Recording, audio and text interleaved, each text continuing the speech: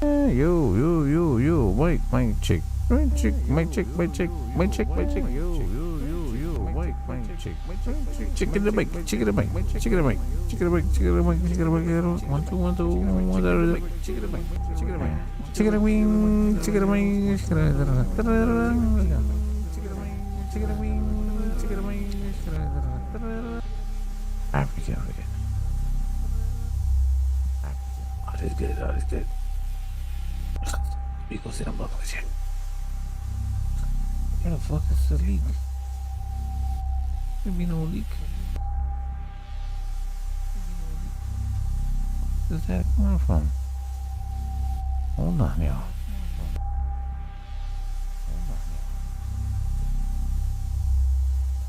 Angie! Where the fuck is that leak coming from? Oh, somebody. Oh, it's double.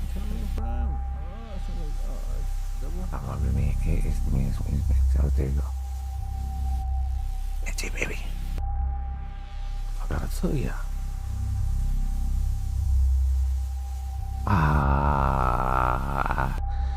This shit was crazy. This is what I saw. This is why I kind of made this UFO fractal, the sky code shit like that. You sound like an alien. What the hell?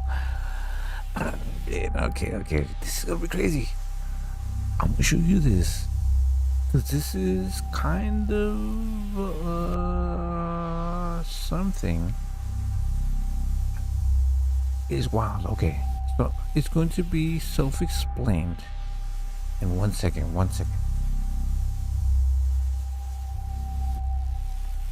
You will see it. Get the likes up. Please get the likes up. Hold on. You'll see right now why it makes sense, right? Because I did see this. Somebody else was talking about it, right? And you're gonna see this shit now, right? Which is crazy. And I've never actually seen anybody express that theory. Ryan, dang, what the fuck is his name? Hold on, let me try to find it in my thing. You'll see it right now. No, my intentions are not to beam fucking fire out of my eyes. It's not what that is. Let me try to find this shit. It's in my list, which is crazy, and I want to find it more. Ryan Shaw, I think that's what it is. Oh, wait, what the fuck? Second. Yeah, it's Ryan Shaw.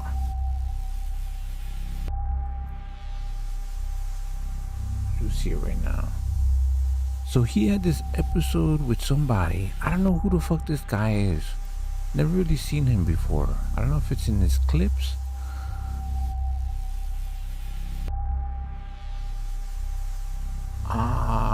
It is wild. But I do want to watch Ryan Shaw. I'll watch him right now. So this was one of his videos that just came up not too long ago. Okay. I'm hoping this is it. We're gonna watch it real quick. So yeah. Stay tuned like a balloon. Okay? Alright, here we go. You're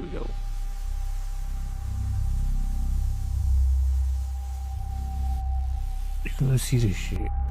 So this is this dude, right? Second. Okay.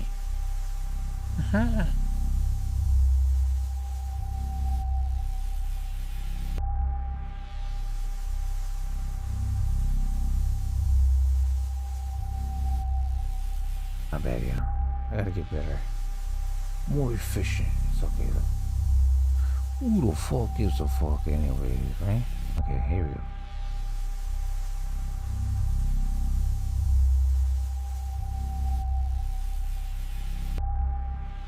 see this right quick. Whoa, whoa. Ooh, not that one. This one. No. Look at that.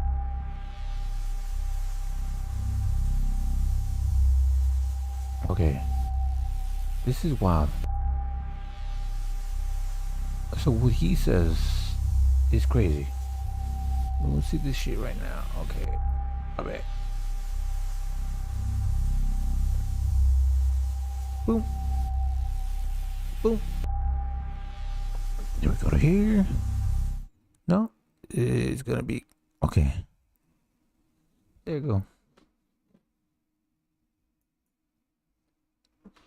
Watch this shit. So what he says is wild. And if I can modify your perception. How do you figure out how that person sees the world?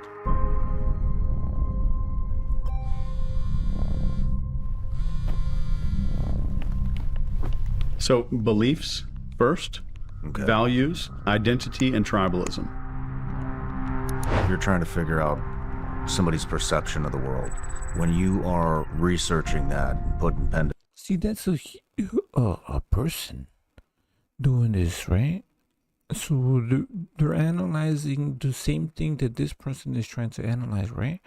But what you fail to forget is that now we have AI. Now it's calculated every single thing. Values, Everything. identity, and tribalism. Views, identity, and tribalism, right? How does this person see the world? And if I can modify your perception. How do you Yep. figure out how that person sees the world?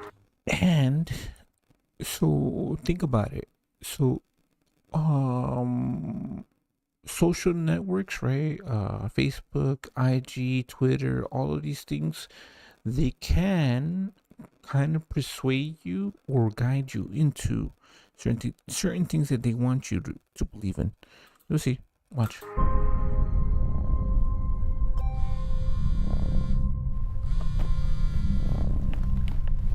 So beliefs first, Okay. values, identity, and tribalism. You're trying to figure out somebody's perception of the world. When you are researching that and putting pen to paper, what does that look like? There's 6 needs, and I want to look for individuals in society and where are most of them on this needs map. Those 6 needs are significance, acceptance, and approval, and the final 3 are intelligence, pity, and strength. So I know instantly, just by understanding you on this needs map, I know where your fears and your insecurities are. Better than probably your therapist that's been working with you for a year and it's been a minute and a half in a conversation. So a cult recruiter could use this as easily as a psyop doing it on an entire group of people. If the psyop isn't working, there's either A, double down, or B, stop. And then you understand those needs and you can leverage so much with human behavior. Every part of you goes like 1, 2, 3, right? There was a lawyer in Washington State who was arrested because he learned hypnosis. It's crazy. So pay attention. So all of these things are around you. You'll see right now. And then started using hypnosis on these people in his office. That this guy would put her under hypnosis and say, and now you're coming home, it's the end of the day. You're taking out your car keys and put them in that bowl. You walk to the bathroom, you turn that hot shower on, and now the context has shifted. Let's take a deep breath. Look. This has happened. This did happen, right? Caught on camera. Look at the title, right? Caught on camera. New video release a predator lawyer. Shows him hypnotizing a female client. So this dude, so this is in GMA, Good Morning America. Right? So this dude was doing this shit. And now the context has shifted. Let's take a deep breath. The entire body is a vessel. He was hypnotizing her, and she noticed one day that her bra was misplaced, like kind of pushed to the side a little bit, and that he had like helped her redress or like put her clothes back on. So she brought a recorder in there. Police officers, step over here. Yes, sir. I want to do data acquisition, figure out needs, which automatically give me insecurities and fears. And the moment that happens, figure out context, my desired context that makes the behavior I want out of you automatic. But this also happens on entire populations. Oh, yeah.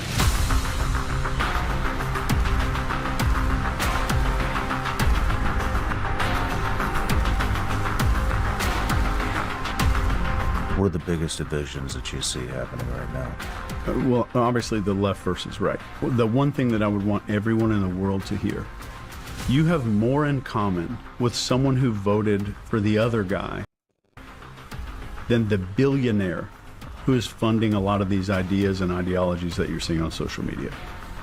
For more and more of us, search and social media platforms aren't just our window into the internet. They serve as our primary source of news and information. Charlie Kirk was just assassinated. Some people think it was the left, some people think it was the right, some people think it was Israel, some people think it was trans. You know, at least that's what it was at the beginning. A lot of questions going on about this fucking guy that supposedly shot him. Did he? I don't know.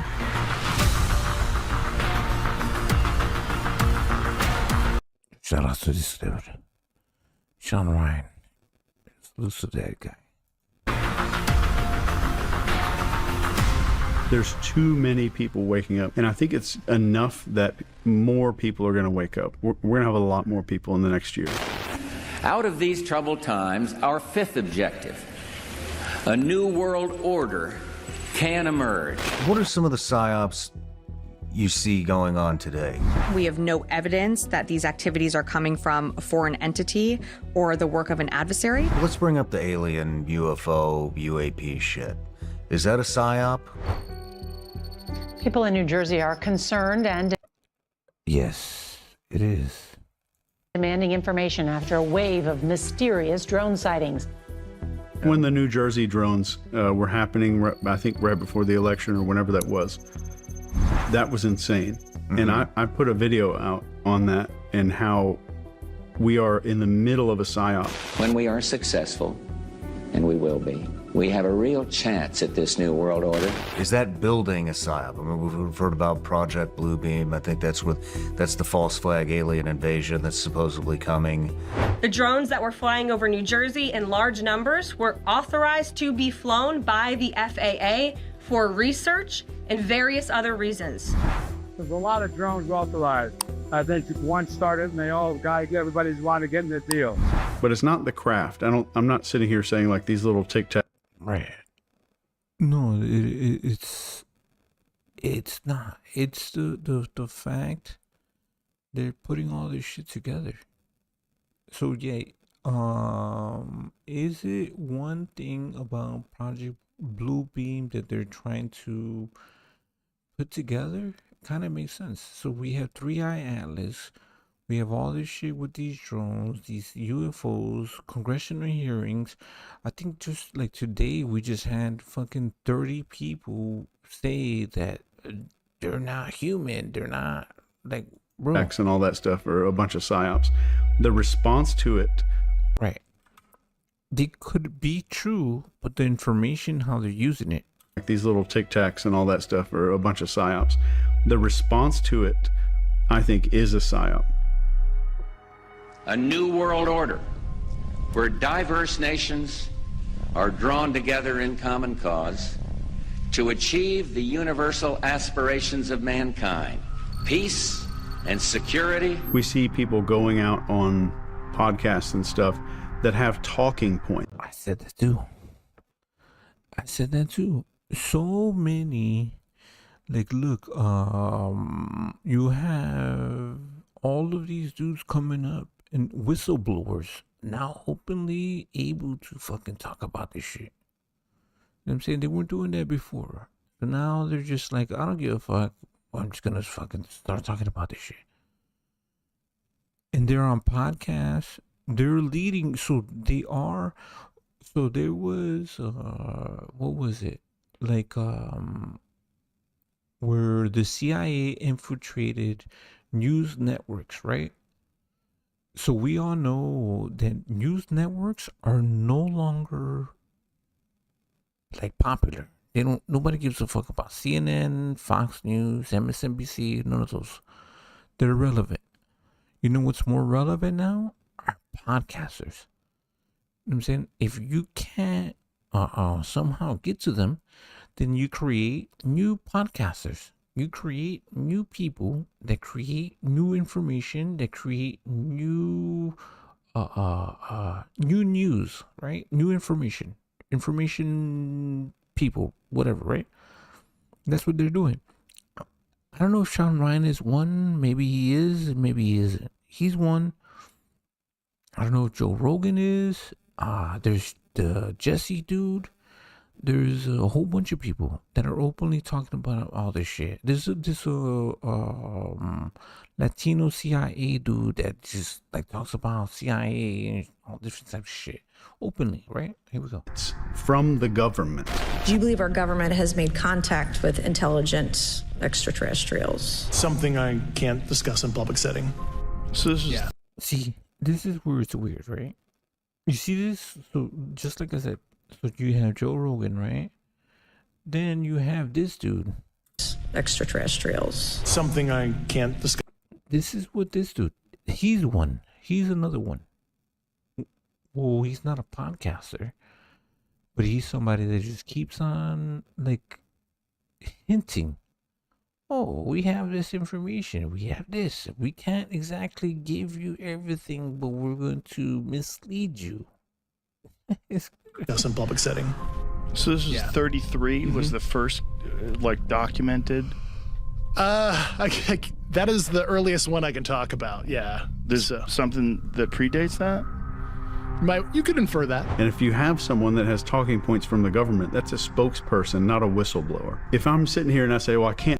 Yep, exactly. It fucks with people's head more. You're not getting any type of information. You're only getting the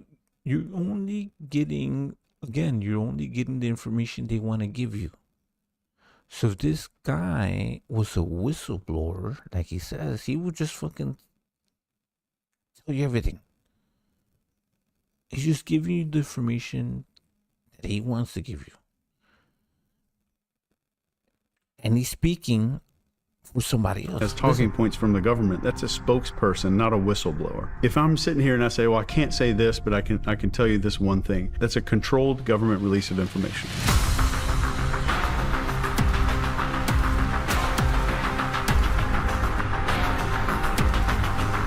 So if you bought like a DeWalt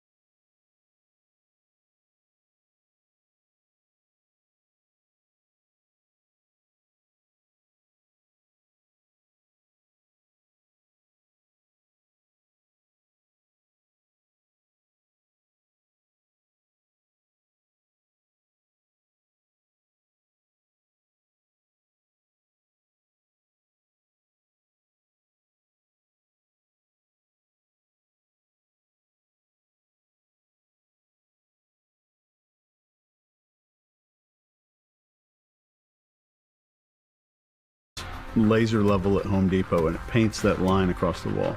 And then you get somebody that's on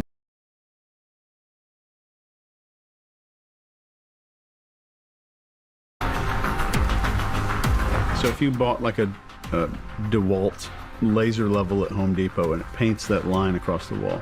And then you get somebody that's on DMT or psychedelics, almost any psychedelic, I think.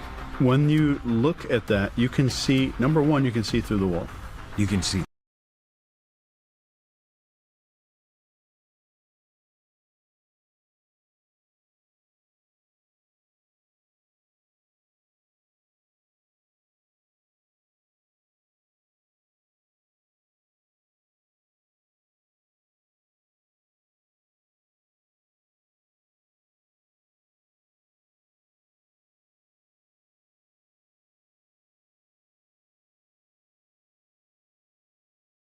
Somebody that's on DMT.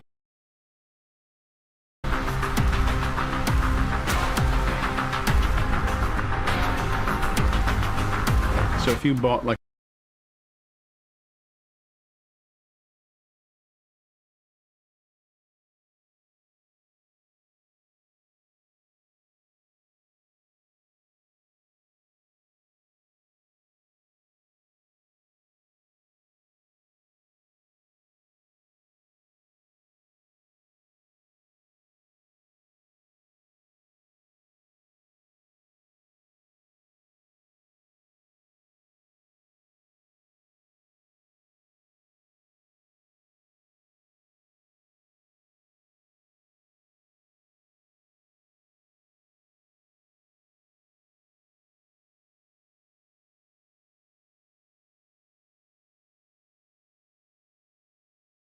a DeWalt.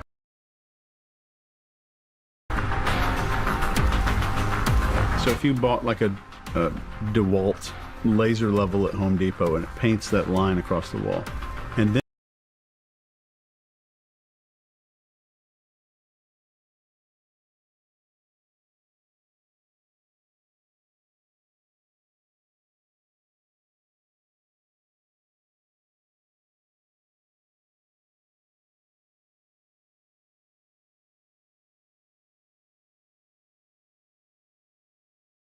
then you get somebody that's on DMT at Home Depot, and it paints that.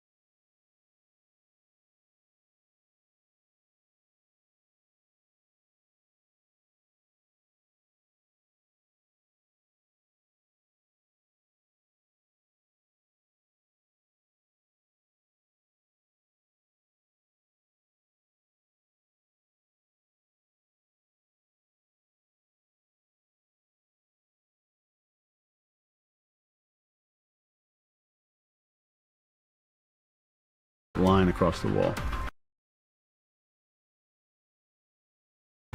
DeWalt laser level at Home Depot, and it paints that line across the wall.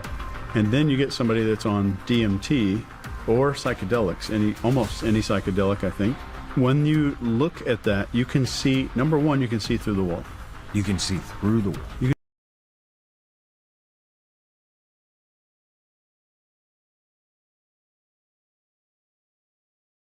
can see through the wall. Right where the laser is, you can see through the wall. You can even put it on your arm. The code changes on your arm. Are you what?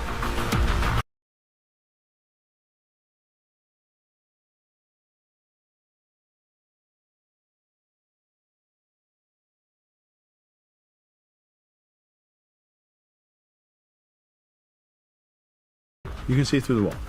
Right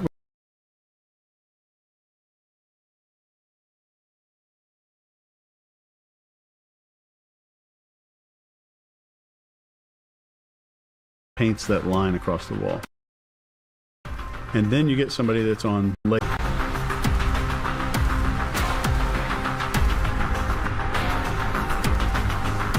So if you bought like a DeWalt laser level at Home Depot and first I want to get line across the wall. So this is, and then you get somebody that's does this person DMT, see the world, and if I can modify your perception, almost any psychedelic, I think, when you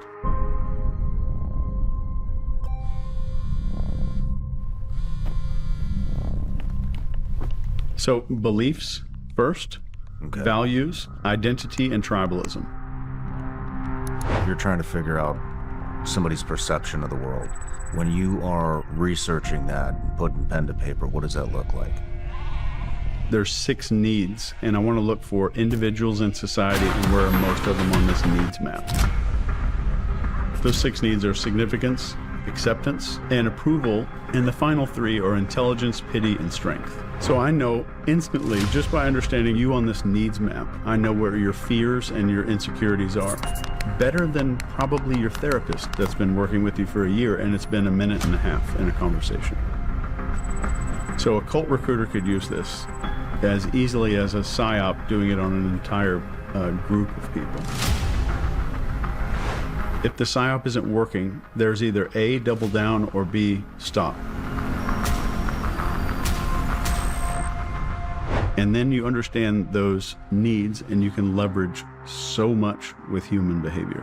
Every part of you goes like 1, 2, 3 blank. There was a lawyer in Washington State who was arrested because he learned hypnosis and then started using hypnosis on these people in his office. That this guy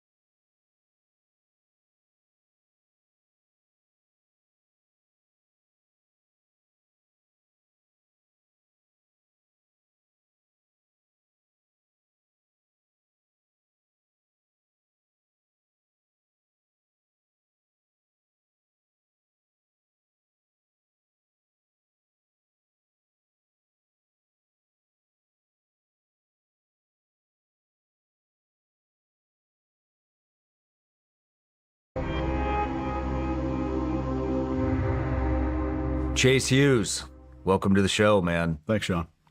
Good to be here. It's good to have you. Love the stuff you put out. Thanks, man. So, yeah. So I'm pumped about this, and man, you made it on short notice. Thank you. The perfect timing. So, Thanks, man. But yeah, I have a kind of like a docu audio series coming out on psyops.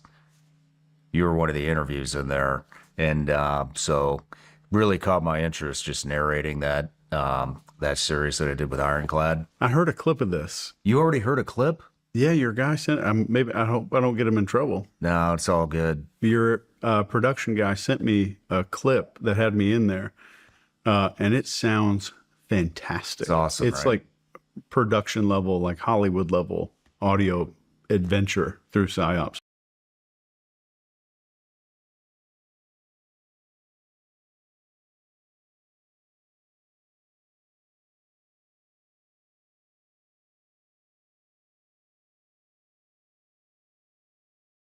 Man, it's very good. Thank you. Well, thank you for being a part of it. It was awesome to do it. My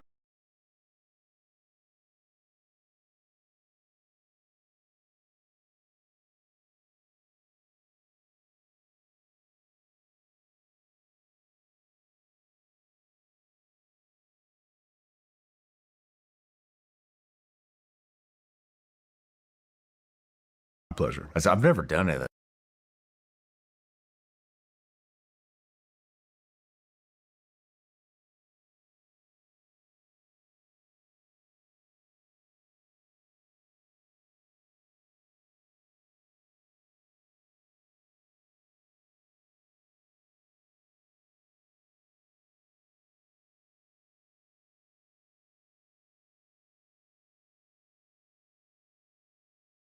In this guide, we're introducing our new AI indicator, which we developed in partnership with OpenAI. This is the first years it's hard work, right? But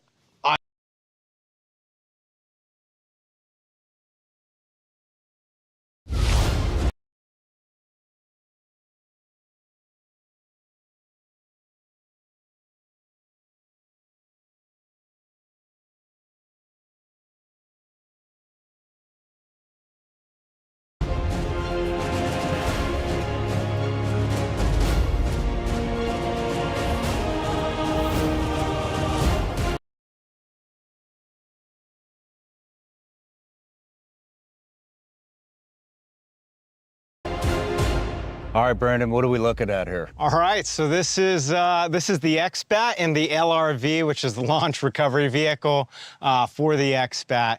It's actually a scaled model, believe it or not. This is only 2/3 the actual size to get into trade shows and events. We are limited in terms of like the actual size, but yeah, this is the aircraft that we are building currently. So. But yeah, this is our model that we take to events, help people understand what we're building, the capabilities, and gives them something visually to look at. But yeah, I don't know. This is actually my first time seeing it physically. I've only seen it in the photos from our team, and no, it's.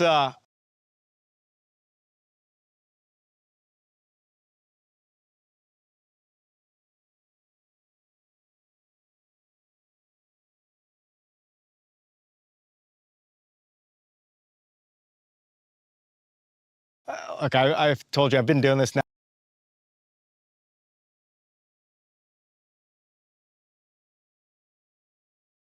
now for 10 years.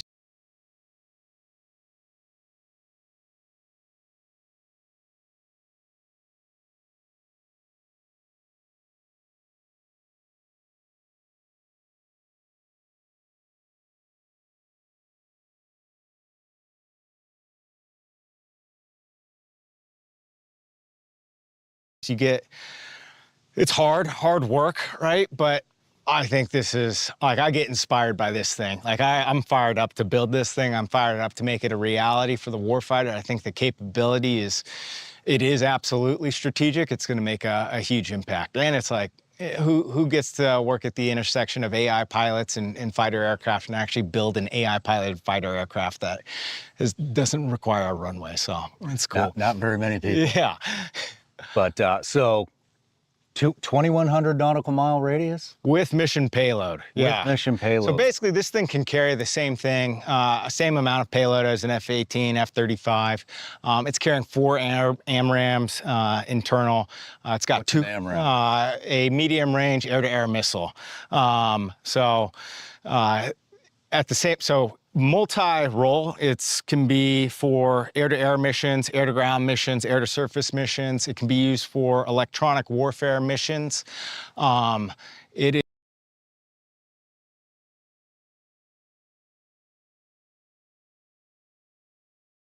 is, yeah, it's an incredible aircraft. Yeah, it looks like it. I'm happy to walk around, tell you all about it, but. Let's do it. All right. Let's do it. So one of the cool things, we're actually using the F-100 engine is the engine that is used in F-15s, F-16s. One of the really cool aspects about it is it's a multiplane thrust vectoring engine, which is also the only U.S. airplane, U.S. jet in existence that has multiplane thrust vectoring. So the F-22 uses 2D plane thrust vectoring. I want to say it's the Russians have this, the Russians or Chinese have an aircraft that has multiplane thrust vectoring, but basically what that enables is increased maneuverability, some low speed maneuvers. I was looking it up the other day. It enables something like I want to call it like the Pugachev Cobra maneuver, is something they may have shown in like Top Gun 2 when, they're like, holy crap, what the hell is that? That type of stuff. So Damn. I know someone's got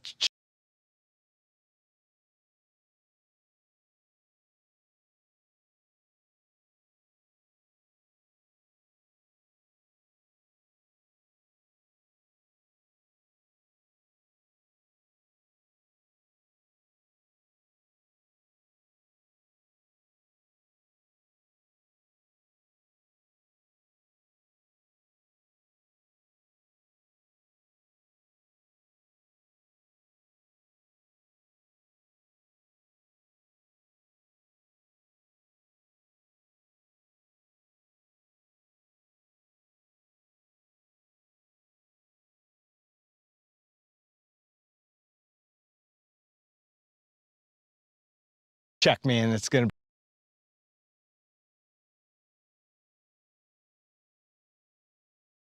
be some other maneuver, but like, you know, The internet will sort it out. Yeah, the internet will sort it out. So is this how it launches? Yeah, so it launches from this position, and it also recovers from this position. One of the things we had, so the LRV is also really cool. It's got this called a blast shield. But one of the things that they were discovering with F-35 when it was taking off from aircraft carriers, because they have a vertical takeoff or short takeoff, launch and land, but the engine was burning holes into the flight deck. And so that was just like a massive problem with the aircraft. This meant to deflect, you know, when we go afterburner on it, and just the heat that's being generated from the engine when we're taking off and when we're landing. So, but yeah, it launches, lands like a SpaceX rocket. Again, our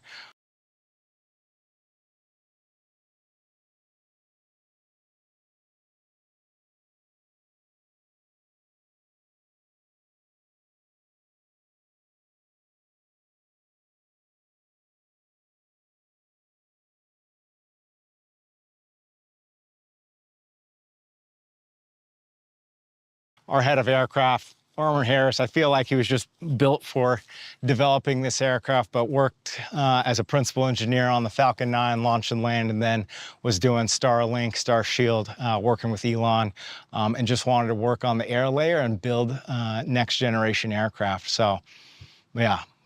That is amazing. Yep. What is that hole in the front? So that's the intake up there. So air intake for the engine.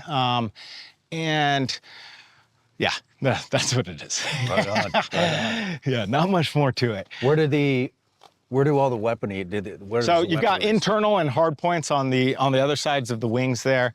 Those are the weapons bay for it. Again, carrying basically any weapon, you can carry LRASMs, long-range anti-ship missiles. You can carry air-to-air missiles, air-to-ground missiles. You can carry bombs.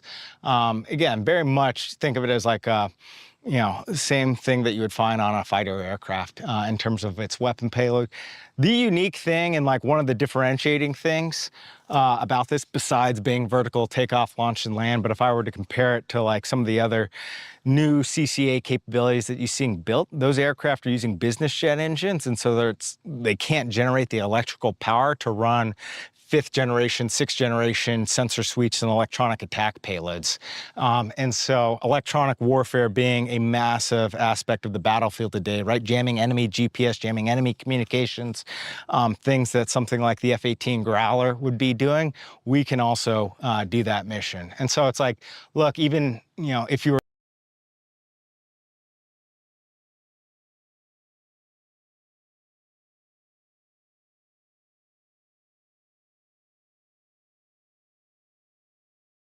to go Winchester on the weapons on this aircraft, you still have your electronic attack abilities, and so you're still playing a role in the fight. You can act as comms relay. Yeah, this thing is what do you mean electronic warfare? Like jamming capabilities? Yeah, jamming. Jamming GPS, jamming the communications on other enemy platforms. Yeah. Wow. One of the other cool things, so we like to say this thing hauls ass and sips gas, right? It can fly for 2,100 nautical miles with full mission payload, but it's flying, cruising at 55,000 feet altitude, which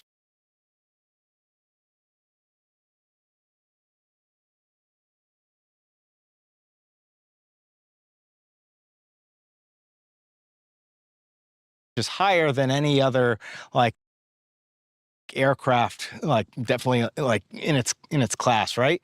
And why is that important? It actually allows your air-to-air missiles, it improves the kinematics on them, which makes for, you know, the easiest way to say it is like longer range weapons. And so now your missiles can actually go further because they're actually, the air is less dense up there. They're able to, they're not, you know, using as much gas when they're being fired. and I don't think a lot of people appreciate, but like in air-to-air combat, air-to-air warfare, like what matters is your sensor range. What matters is the range of your missiles. It's not, as cool as like dogfighting is, it's not, within visual range dogfighting anymore. It's, F-35 is amazing because it can see everything before it gets seen, and it can attack those things. Same thing with this aircraft. Dude, that is crazy. Yeah, powered by HiveMind being our AI pilot. Again, just been working on HiveMind for the past 10 years. And so the mission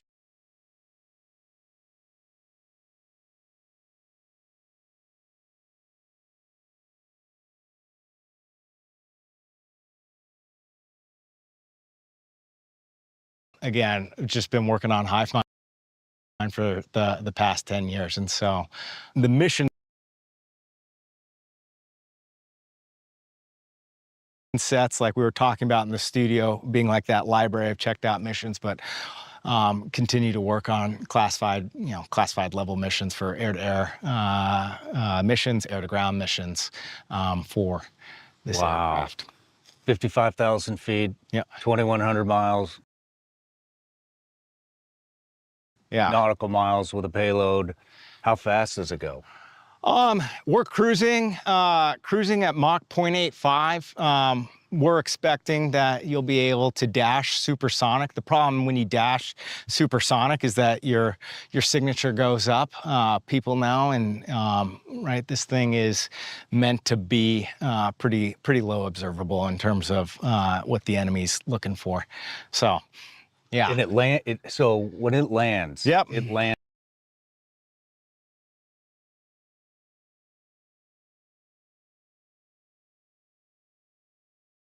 Just like this? Lands just like this. Takes off, lands. Don't want to say, like, yeah, we took inspiration from, SpaceX, catching That's the crazy. thing. So it lands like, it goes in reverse and just lands right there, hooked up, ready to roll again. We've got a lot of experience doing that with the VBAT. And actually, believe it or not, VBAT's a harder thing to launch and land than something like this, because like in armor will tell you, it's like, look, Falcon 9, you have all the thrust in the world, and like you put that thing wherever you want on the planet, centimeters. Like VBAT, and like you have perfect weather conditions. VBAT, you're operating in the worst weather conditions. You don't have a lot of thrust. It's a big challenge. XBAT, you have an incredible amount of thrust. From a technical challenge aspect, if this is VBAT and this is Falcon 9, you have XBAT like right next to Falcon 9. Damn. Again, that multi-plane thrust vectoring allows us to put this thing wherever we need to put it. So wow. But yeah, no, it's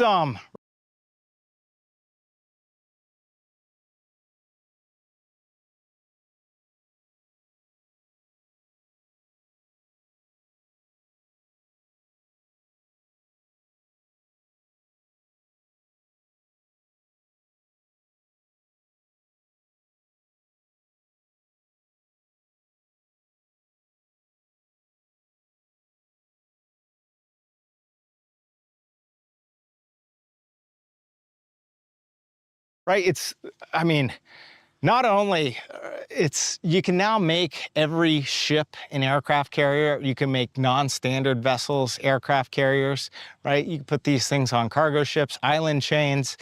It just becomes a really intractable thing for the adversary to track, which can go everywhere. Anywhere and everywhere. Right? We're in a field here, right? You go into a forest clearing. We were joking around. You put this thing on, a pickleball court if you want. Like every pickleball court in the world is now your runway. So damn. Yeah. That is awesome. Could you imagine a drone swarm of these bad boys coming after your ass? Yeah. No, this thing is no, and that's what, look, we're very much working on the behaviors, the missions of multi-agent expats flying around, augmenting, fighter pilots, augmenting the mission, executing the mission independently. Like I said, I think for me, this is like an inspirational aircraft. I'm like, holy crap, this is like one of those, this is a cool thing to build. Like, One of those moments. Yeah, yeah. Like if you want to be at the intersection of AI, national security, building cool, jet aircraft, Shield AI is, a great place to do it. So no limit, in terms of the ambition and the imagination here. Yeah. So.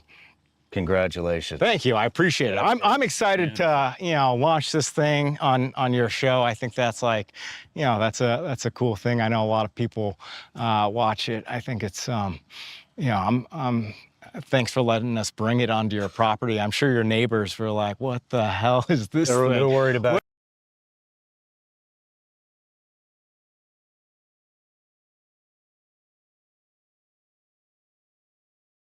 What Sean got going on right now? They're like, what the fuck is going on? Yeah. So. Wow, man. Congrats. This is the kind of stuff that just makes me proud to be an American. Like, that is the future of aerial warfare. That is. Yeah, it fundamentally incredible. will transform air warfare, right? Again, no more Earth is our runway, AI piloted. It's a mean machine that I think, to the point of it's going to deter our adversaries by diplomacy another day. So yeah, I'll say, wow, awesome. I want to see a launch. Yeah. We'll bring you out to happy to bring you out to the first flight. I think it's only appropriate that dude, you come out to that. Yeah. So I would love that. Cool. Yep. Well, thank you. Absolutely. No, thanks, Sean. No matter where you're watching Sean Ryan Show from, if you get anything out of this, please like, comment, subscribe, and most importantly, share this everywhere you possibly can. And if you're feeling extra generous, please leave us a review on Apple and Spotify podcasts. Imagine being able to build an app with your name on it. Thank you. Just by thinking about it. But Meet Base yeah, so if 44, anybody's interested, a complete links in the AI description. creation You can sign up for it Describe there. what you want. But everybody starts off with an introduction here. And Chase watch it take Hughes, shape.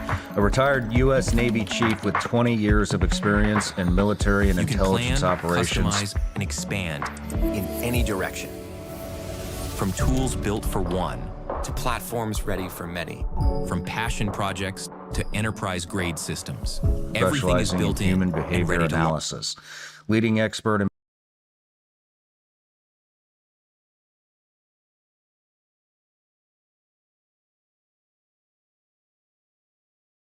behavior profiling, persuasion, and influence, having created some of the most advanced training programs in the field. Best-selling author of books like The Ellipsis Manual, which dives fishing, chief with 20.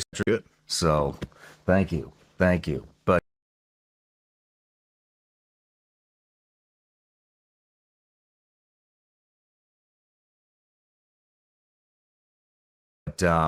yeah, so if anybody's interested, links in the description. You can sign up for it there. But everybody starts off with an introduction here. Chase Hughes, a retired U.S. Navy chief with 20 years of experience in military and intelligence operations, specializing in human behavior analysis. Leading expert in behavior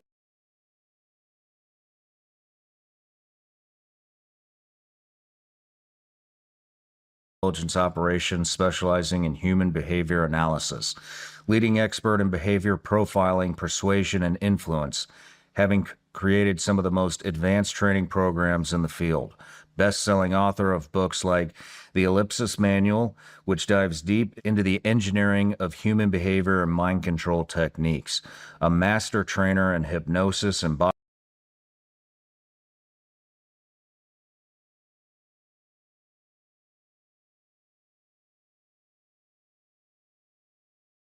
human behavior and mind control tech manual programs in the field.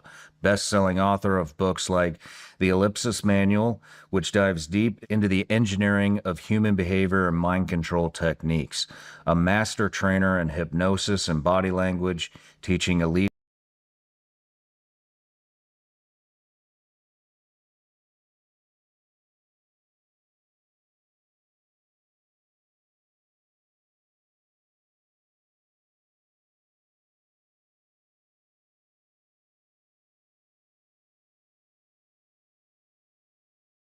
manual, which dives deep into the engineering of human behavior and mind control techniques.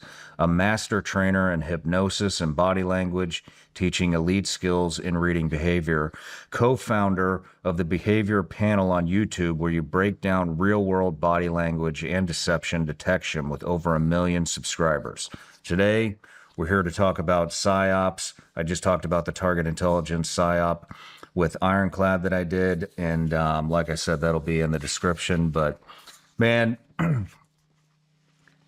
there's a lot of, I mean, nobody trusts anything anymore these days. It seems like there's no trust in the institutions. There's no trust in mainstream media. Maybe a little bit of trust within the older generations. And I mean, these algorithms put you into, you know, basically a cage of whatever it thinks you want to see more of. And I mean, it's literally like a fucking cage, man. It is. It's a perfect word for it. It's like every other post you look at has to do with, you know, whatever.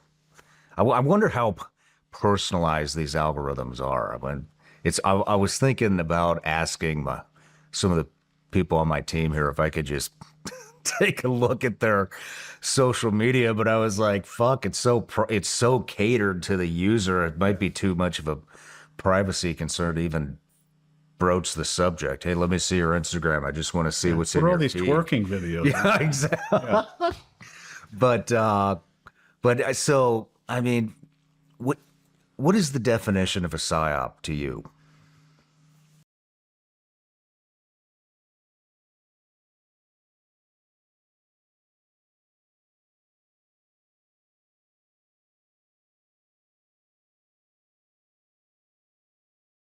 Okay.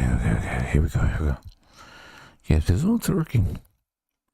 I think a PSYOP, when I use the term, is talking about a narrative-driven control of perception with the aim of shaping behavior. So it's narrative-driven. There has to be some kind of narrative or desired outcome. I'm just going to feed you something enough to where I have a desired outcome that I want you to do behaviorally. I want you to believe something, adopt some new belief, maybe take on some new identity of I am this type of person now and I do this thing now instead of ideas. So it's more about identity than ideas and who you are. Makes sense. And I think we're at it. You said it. We're at this all-time low in people's ability to feel trusting in the government. And can I trust what the government's telling us? We've been through this.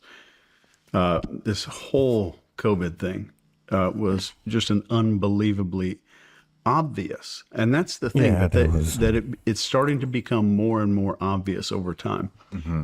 Which I don't know why they're doing that, but if I had to make a huge guess, this is because the people or organizations, whoever's behind a lot of this stuff, I think they're getting old, and I think like physically they're getting old. They're old people.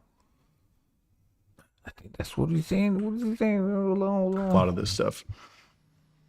I think they're getting old. And I think there's some narcissism there that's causing them to want this process to happen faster so it happens during their lifetime. Mm-hmm. What do you mean, what happens?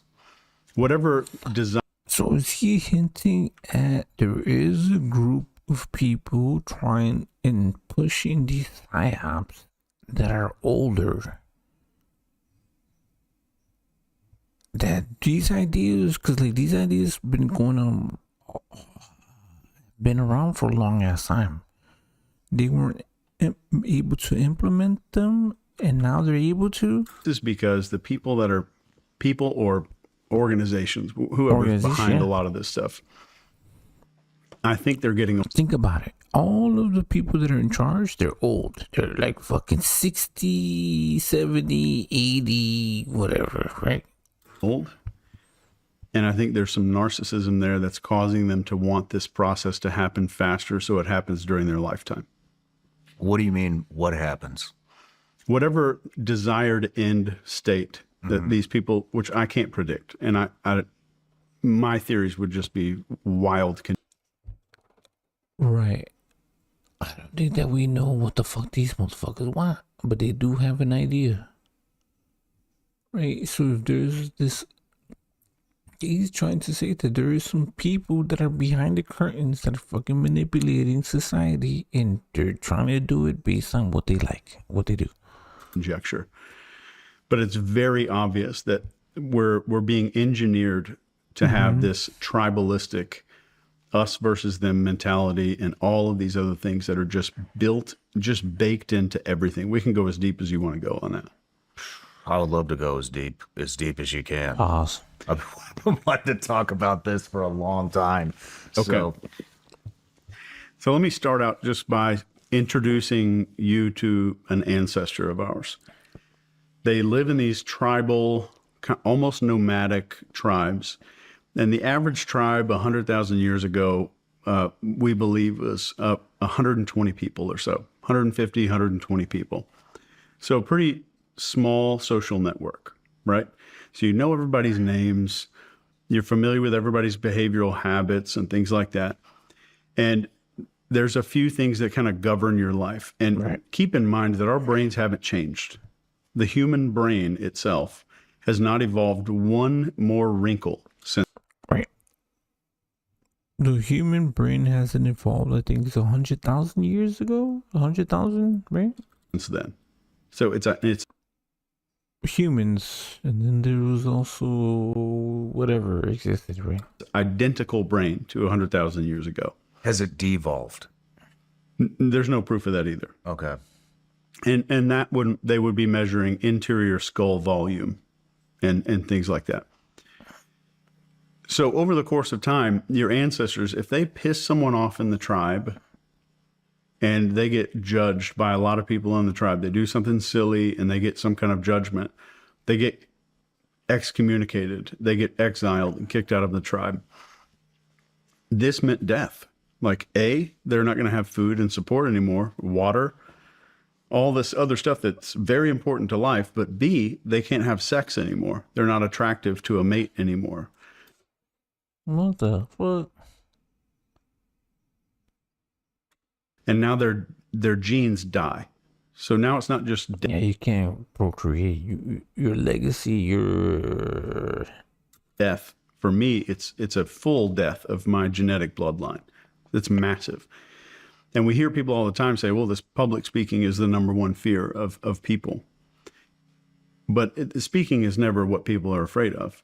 It's the judgment, the potential for judgment. Somebody's going to judge me. I'm going to get laughed at. I'm going to get kicked off the stage or something like that. That is hardwired into our nervous system. And it's inside of the lower part of our... That is crazy. That is crazy. Yeah. It's so easy to become a podcaster with Riverside. First, go to Riverside and open an account. Code reveal. Oh, no. What the fuck? I just get past all this shit. With social media coming out, our brains are with social media, with sex anymore. They're not attractive to a mate anymore. And now their genes die. So now it's not just death. For me, it's a full death of my genetic bloodline. It's massive. And we hear people all the time say, well, this public speaking is the number one fear of people. But speaking is never what people are afraid of. It's the judgment, the potential for judgment. Somebody's going to judge me. I'm going to get laughed at. I'm going to get kicked off the stage or something like that. That is hardwired into our nervous system. And it's inside of the lower part of our brain. And if I can target the non-human part of the brain, this mammalian mammal brain inside of our brain, that governs your whole life.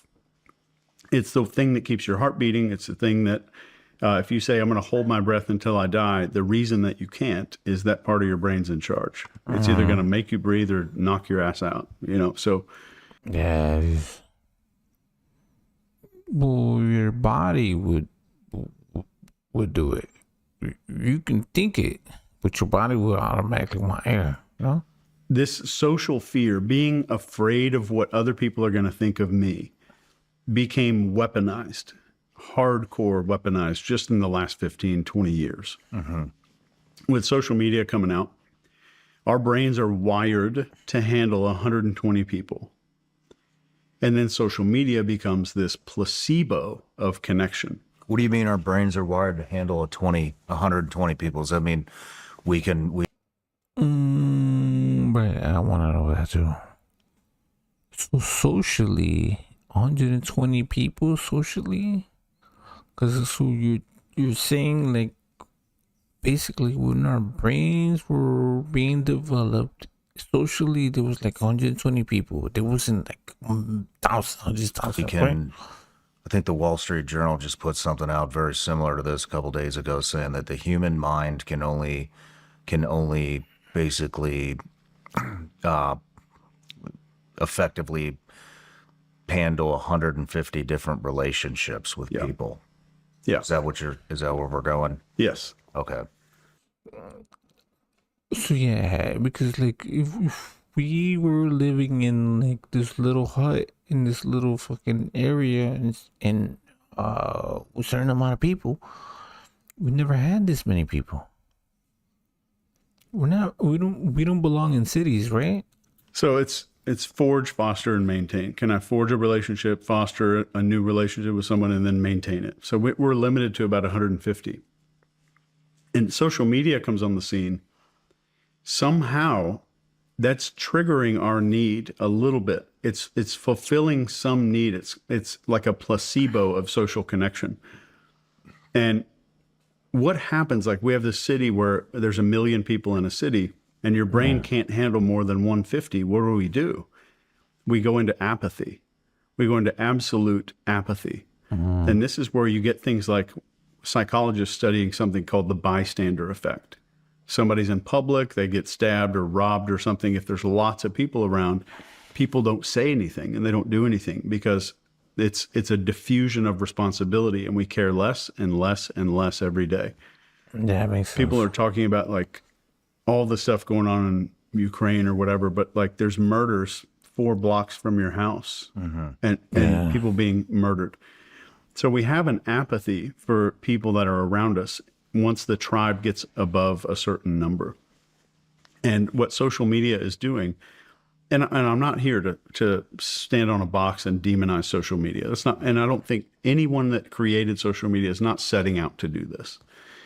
But what social media is doing with this placebo effect is it's tricking our brains into feeling a little sense of connection, but we're confusing attention for connection. Interesting. And the second part of this is anybody watching the show right now on their iPad or whatever would agree that we are in a loneliness epidemic. The whole world. Yes. And we're more connected than ever. But we are in this loneliness epidemic because what we're getting is a placebo of social connection from social media, from all these apps and stuff like that. Like friends. So back to this tribe, there are 4 things that we we went into in the audio series that you did with Ironclad. And this spells out the word fate because it is our fate. And this is focus, authority, tribe, and emotion. If I can hack your focus, social media, if I can make you think that someone's an authority figure by they have more views, they have more subscribers, they have more whatever, they got the blue check mark. That's true. That's true. People think somebody else is more important than you are because they're more famous. Nobody's more important than you are. Nobody. Everybody's the same. Mark, whatever it is. Tribe. If I can hack your feeling of tribe, then I can get you to do whatever I want you to do, or I can get you to view norms as completely different because you're in a new tribe, us versus them mentality. And the emotional part. And if you're looking at your social media, I'm not going to say the name of any one of them. But name the names. Who? I'm sure you've scrolled through social media before. Like you see 4 or 5 posts that are just engineered to piss you off. Oh, yeah. Engineered. And then every once in a while, you'll see a little one of those like videos where we're like, oh, we had this baby eagle land on our front porch.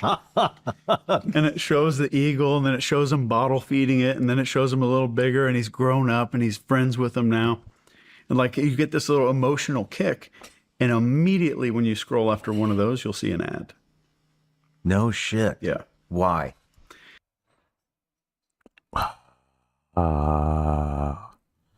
That's crazy. I don't know. Here we go. There's a hypnosis phrase for this. And in hypnosis, they call this fractionation. If I can get your emotion to go up and then back down again, every time I take you back up just a little bit, you get high again. You get high again. Go up. You want it. And then back down again. Every time I take you back up just a little bit, just a tiny bit above water, the next time I pull you down, you'll go deeper. So like in hypnosis, I might put you under hypnosis and then just wake you up from the neck up, or maybe have you open your eyes just a little bit. So I'll pull you out of trance a little bit and then send you back down, and pull you out and then send you back down. So it's proven that we'll go deeper and deeper. And the same effect happens with social media. And you'll see those spikes. And I think anybody that has social media can start to become aware of this stuff. Like, it's pissing me off, pissing me off, pissing me off. And then that weird video that like we're watching social media alone on the couch at night sometime, and like then we randomly cry for some little rescued animal video or something. And then we get an ad right afterwards. Interesting. And so this placebo effect, just rewind it just a little bit. You're saying that we are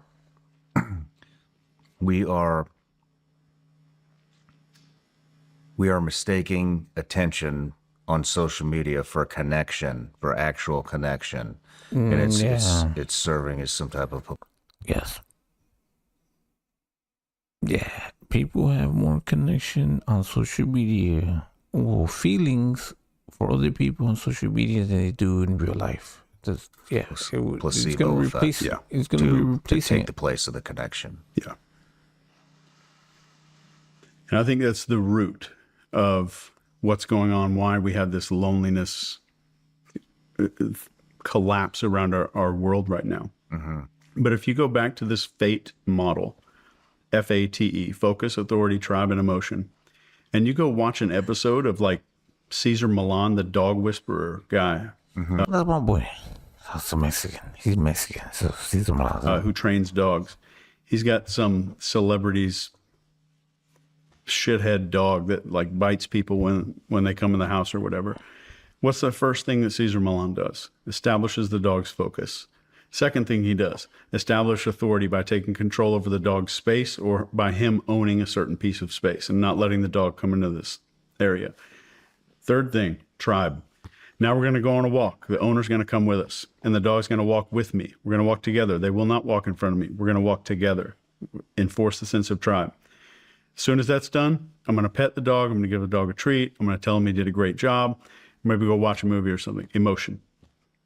That's a mammalian brain, and it's the same whether you're training or manipulating a human or a dolphin, a monkey, or a dog. Damn. That's that ancient system that's wired into us. Holy shit, yeah, that's true. Yeah, we have a basic brain. And the scary part, what I think is scary, is that there's no firewall. Like we can't go download McAfee and put it in our head for making ourselves immune to this stuff. I'm as vulnerable as everybody else. Oh, shout out to Eve. Eve Online is a vast universe, alive with the unrelenting activity and combined history of its players. Gotta play this shit. Pursuing lives of adventure, warfare, and prosperity, they share this existence in the biggest single shard, free. Knowing about the. I wonder if they would talk about that. What would. If he will talk about like online and role playing and all this shit, because this stuff helps, and being able to see that, like you're scrolling through social media, you're like, whoa, I finally saw that thing. That helps because it's kind of takes some power away from it.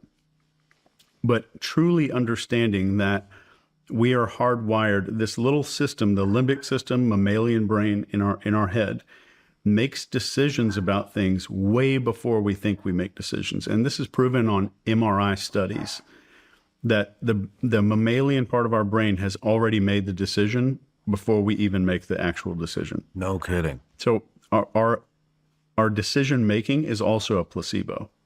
It's already been done in the lower part of the brain. So the lower part of the brain's job is to make choices and decisions. The upper part of the brain, it's called the neocortex, which is Latin for new cover. That thing's job is to kind of take credit for making the decisions. But that's also where our ego lives and what makes us different than... Bro, that shit just fucked up my head. Hold on. Listen to what you just said. To make choices and decisions, the upper brain, before we even make the actual decision. Make decisions. And we are hardwired, this little system, the limbic system, mammalian brain in our head, makes decisions about things way before we think we make decisions. And this is proven on MRI studies, that the mammalian part of our brain has already made the decision before we even make the actual decision. No kidding. So our decision making is also a placebo. It's already been done in the lower part of the brain. So the lower part of the brain's job is to make choices and decisions. The upper part of the brain, it's called the neocortex, which is Latin for new cover. That thing's job is to kind of take credit for making the decisions. But that's also where our ego lives and what makes us different than other primates and why we get Einstein and Mozart. Interesting. A lot of dark stuff going on in the world right now, and it's to the point where I don't even believe my own eyes anymore, because I cannot verify what people are saying about all the political violence, the division. I partnered with this production company called Ironclad, and we're doing an 8-part audio series on psyops, on why foreign countries, governments, maybe even our own government would conduct a psyop on its own people. And I just think that this series is going to be extremely important because it's going to open the eyes of people on why these things happen. You can head over to psyopshow.com, order it today. I think you're going to get a lot out of this. Who's pulling the strings? Who's pulling them?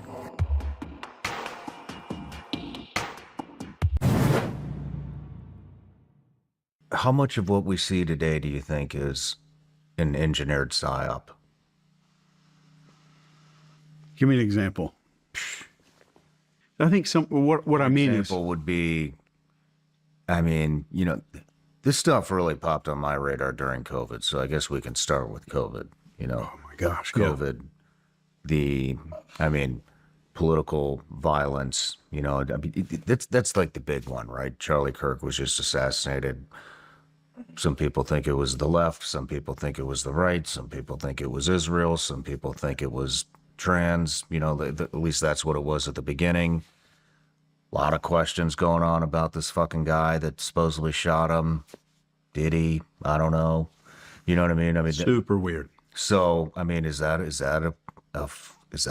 Is the Epstein shit a psyop? I mean, Ukraine, China, all psyop. Everything. Yes. It's to the fucking point. I don't believe it. Bro, this is getting crazy.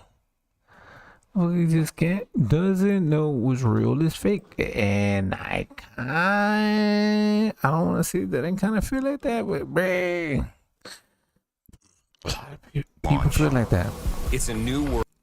What's real, what's fake? Like, who's telling us the truth?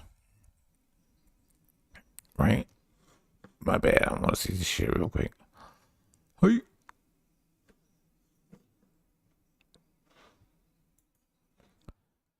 Because we actually don't know. Oh, shit. That's how you do it? I think he's showing it. 1 second, y'all. My bad. I'm trying to see this shit too. Watch this. Trying to see this shit too. Here you go. Anything that it's so bad now, I don't even know if I believe my own eyes. Yeah. And that's good that you're starting to get that way. And I think so many motherfucker said that's good. You don't believe your own eyes. That's good. Okay. Here you go. Here you go. Many people are waking up because they made it way too obvious during COVID, which is a good thing. I'm glad they did it because it woke up so many people where they started doing this crazier and crazier and crazier shit. And people are like, whoa, the government's doing this? So I think that helped people wake up. But what I meant was, with an example, there are some things that people call a psyop, like this algorithm, like, oh, the algorithm's engineering your behavior. The algorithm's job is to make you buy stuff and make you see ads. And that's where money comes from and revenue. So the algorithm says after this and this type of thing, people tend to click this buy now button for this flannel shirt, right? So since we do that, I'm going to start doing that more. And the algorithm continuously learns. And I think there's a tendency for a lot of people to think that a lot of this stuff is these dark forces sitting around a marble conference table at night, smoking cigars, like planning this stuff. I think a lot of the stuff that we see online is the result of these algorithms doing what makes revenue. And I think it's an EBITDA revenue focused algorithm. But with the other stuff, when it comes to psyops, there's a few ways to tell if something is a psyop. And number one, the most important thing for anybody to learn is that if an opinion has to be silenced for something for another idea to flourish, then you're in a psyop. Guaranteed. We've seen a lot of that lately. A ton. A lot of that. There were Harvard-educated doctors banned from social media for openly speaking about stuff that's now we've shown to be true. Harvard-educated doctors. The dude who invented mRNA went on Rogan because he got kicked off of Twitter, I think. I don't remember what it was. So the moment you see someone being silenced, and it's an opinion from somebody who should have some kind of social authority, that's a big deal. And that should be terrifying to you, to anybody that is witnessing that. CRM is so slow. So slow. Thank goodness I'm using Monday CRM. I'm playing the ads. YouTube. We're playing the ads. Show us YouTube. There's a lot of that in the past. That is true. It's crazy because we did. What are we looking at with AI Atlas? 3i Atlas, right? No, couple of years too. There's been a ton. A lot. Yeah. And the interesting thing is what that does with our social media kind of hacking that tribal part of our brain. If all of us were sitting here in a room and we see someone get pulled up in front of the whole crowd and then smacked in the face, embarrassed, and then tossed out of the room, and I was about to go up on stage and do that, I'm like, yeah, I'm gonna be quiet now. I don't want that to happen to me. Yeah. So now we're using that tribalism as, I'm going to take this person and I'm going to make an example out of them to prevent everybody else from stepping up. I'm going to increase fear associated with being socially outcast. Man, this happened to me. We've always dealt with not always, ever since, the new administration's in, we haven't really had any issues, but I mean, I remember we had Jim Caviezel on. It was during that, Sound of Freedom movie came out. A lot of people hated that movie, right? Yeah. Dude, the episode just disappeared. Your episode with Jim? Just got pulled down. Like, woke up one day, fucking gone. Wow. I think it's because he talked about, which apparently is like a forbidden topic, right? But yeah, just woke up, it was gone. We re-uploaded. But this shit happens to everybody. And not everybody. It happens to a lot of people. To tell you how pervasive this is, the moment you mentioned that word in association with the video being like deleted from YouTube, I was like, oh shit, Sean's going to get our show kicked off the internet. No, I'm going to bleep that word. Okay, good. Okay. Yo, what's the word? What's the word? You say, I know he doesn't want to say it. That's crazy. Because he did get that workout bleep. Boop, boop. But if YouTube, like, they're using AI to censor all this shit, no? So I remember when I used to be in like in high school, and I'd be like shh, and somebody else would say it, and they'd be like shh it. You know what I'm saying? I didn't say shit. I would say shh, and then somebody say it. Shh. You know what I'm saying? Like, but it meant the same thing. So like, if you say, "Oh my goodness," you're still saying, "Oh my God." It doesn't matter. Like, right? You're still saying it. You're saying it without saying it, right? Like when you swear, if you're using something to like mother flower, you still your intentions are to say motherfucker, right? But that was my first reaction was like, oh no, I'm gonna be outcast, or some little piece is gonna be outcast because of this.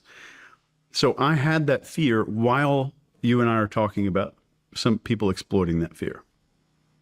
And I'm the guy. I'm the guy who teaches psyops and the Army psyops, who do this for good reasons, hopefully, how to do a lot of this stuff. And I'm not immune to any of it.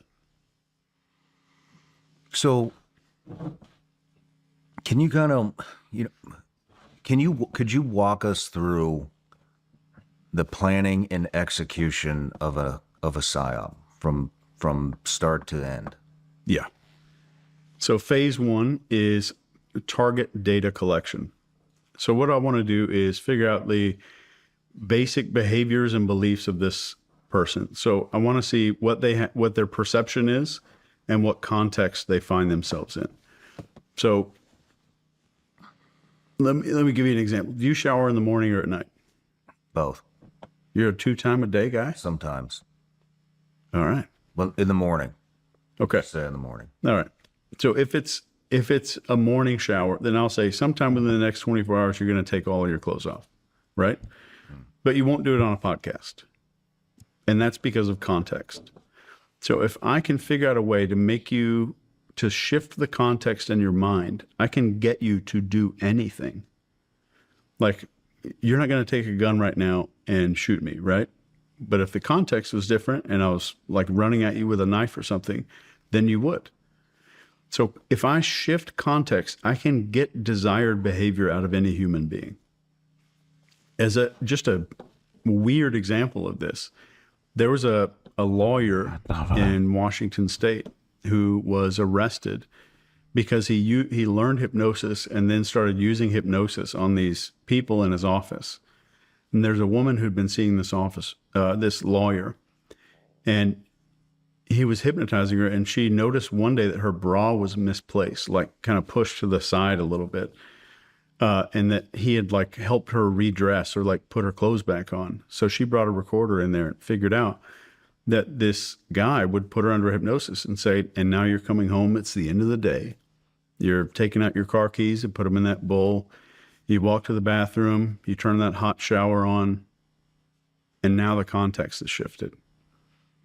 So perception and context are the biggest target data acquisition there. So how do they see the world, and what is the context where the desired behavior that I want, what is the context where that behavior is automatic or natural? Does that make sense? Kinda. Yeah, see, Shaman is like me. It's like, well, what are you saying? Hold up, bro. This dude's smart. He's smooth with it. When I was watching, I was like, what the fuck? He's natural. Smart. Does that make sense? Kinda. Okay. So I like how he breaks things down. I'm a slow motherfucker. Listen to what he says. There you go. First, I want to get perception. So this is how does this person see the world? And if I can modify your perception. How do you figure out how that person sees the world? So beliefs first, value. Damn, that's crazy. Beliefs, values. How do you figure out how that person sees the world? So beliefs first, values, identity, and tribalism. Okay. So like identity and tribalism. See, yeah. Tribalism can apply to like sports, things like that, right? What's important to him, what's important to the tribe versus the individual, because those are always... Yeah, he's living in a tribe. Okay. Kinda. Okay. Yeah. So first I want to get perception. So this is how does this person see the world? And if I can modify your perception. How do you figure out how that person sees the world? So beliefs first, values, identity, and tribalism. Okay. So like what's important to him, what's important to the tribe versus the individual, because those are always different things. And then in what context, so whatever the desired behavior that I want, what is the context that would make that desired behavior automatic? Okay, let's backtrack a little bit more. Yeah. So you're trying to figure out somebody's perception of the world. So what is, when you are... Yeah, you start talking to them. Bro, yeah, that's crazy. You gotta get to know these motherfuckers. That's a game on game. When you are researching that and putting pen to paper, what does that look like? How do you start that, and what are you documenting? I tend to look for, and this is me, there's... Okay. So my whole thing is he looking for vulnerable people that are easy? Can you tell? So like we runs around the world, everywhere, anywhere. You can. So this motherfucker's a hypnotherapist or some shit like that. Dude, this is crazy. Hey, this guy is fucking crazy. I tend to look for, and this is me, there's 6 needs, and I want to look for individuals in society and where are most of them on this needs map. And those 6 needs are significance. I need to do something so I can feel the most significant person in the room. Acceptance. So this is more where it's kind of a tribe of people. I pride myself on being part of a team. So significance, acceptance, approval. And approval, having a social, and these are all social needs. A social need for approval is that friend that we all have that's like, oh, I got that job interview tomorrow, and I know I'm going to suck at it. I suck at everything. And just to get you to go be like, no, it's okay. You're going to do fine. You did great last time. You're tremendously confident. You're overqualified. So that's kind of the approval type of person. And the final 3 are intelligence, pity, and strength.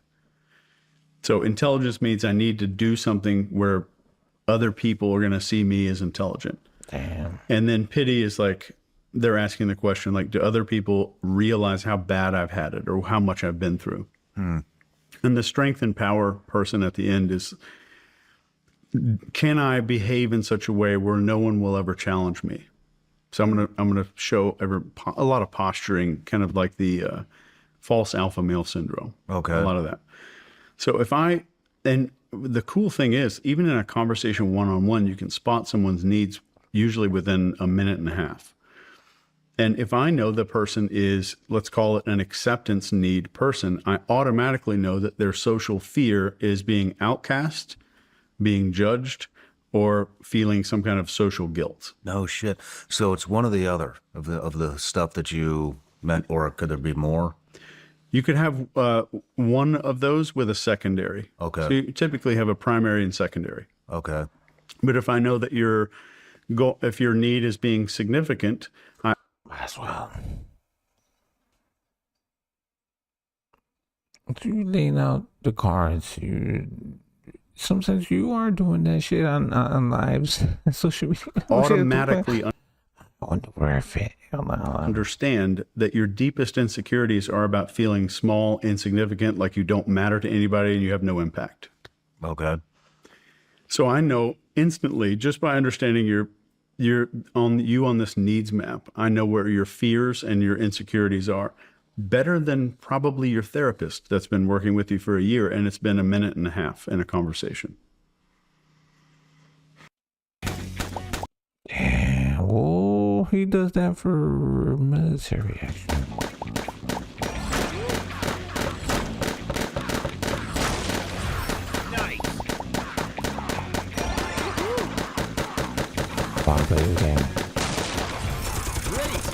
Oh shit, I'm winning. I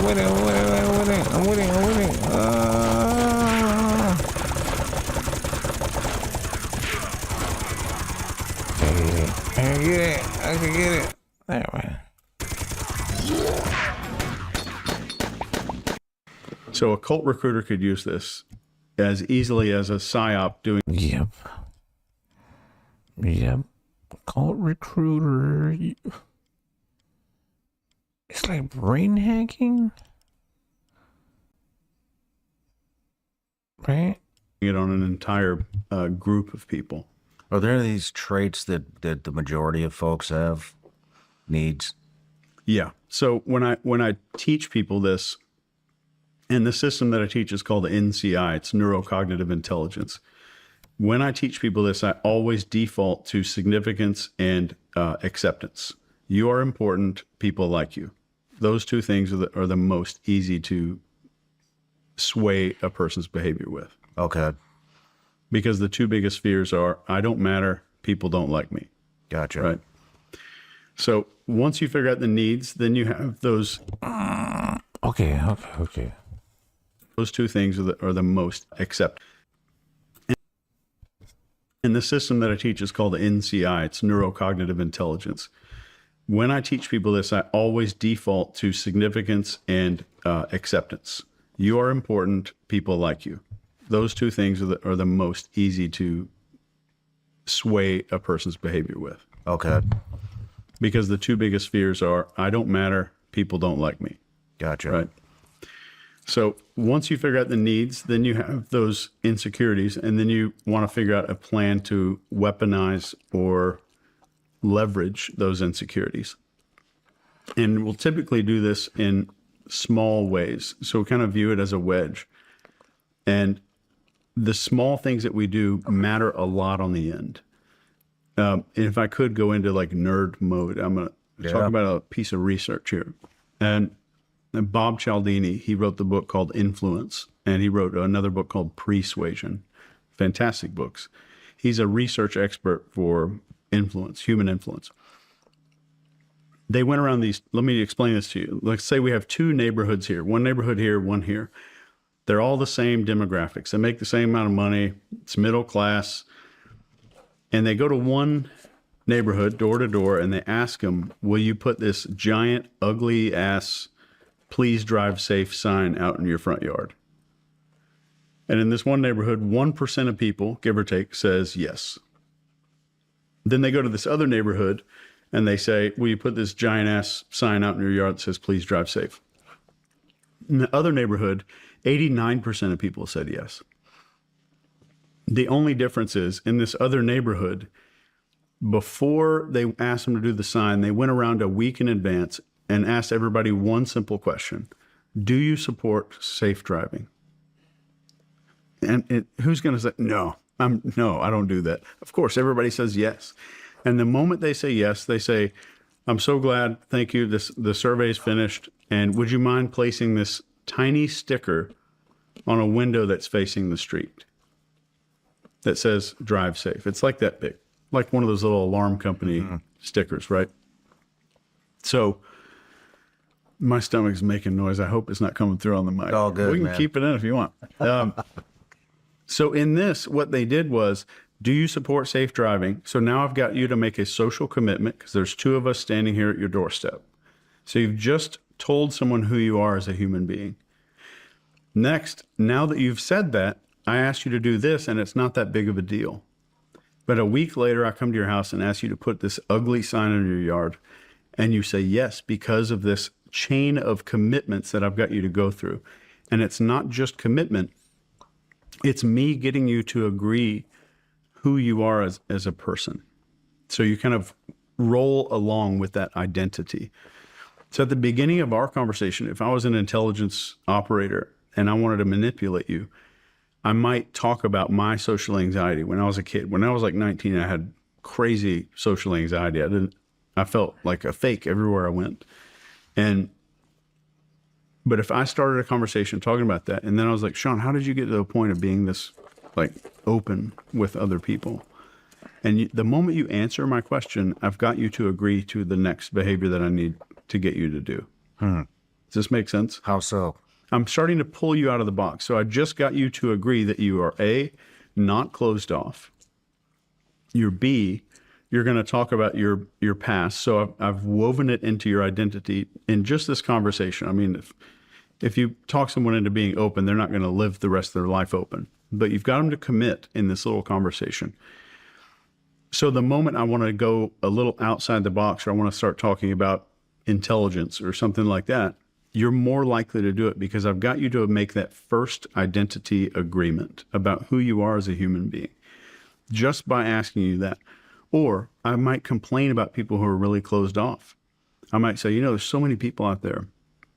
They just live their lives in this little prison, worried about what other people think. Mm-hmm. And people will nod their head just like that. And the moment you nod your head, you're like, yep, but what are you silently agreeing to? That's not me.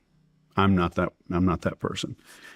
So we get these little identity agreements, and then you understand those needs, and you can leverage so much with human behavior. And this is just the tip of the iceberg, a tiny piece of this. But for a PSYOP plan, to finish this incredibly long answer to your question, is I want to do data acquisition, figure out needs, which automatically give me insecurities and fears. And the moment that happens, figure out context, my desired context that makes the behavior I want out of you automatic or completely expected. I just sketched an idea this morning, and I now have a fully animated voiced over video. It's only 2 p.m. AI content creation is better. Wow. Pause. I think we're gonna end this one.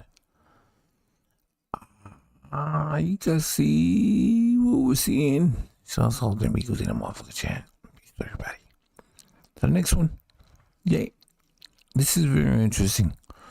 So, social hacking, right? You can apply this to anything. You can apply this to work. You can apply this towards women. You can apply this to any situation when you try to socialize with other people, right? So you hear the question that he asked him. Sorry, let's go back. But this also happens on entire populations. No matter whatever, it is about communication,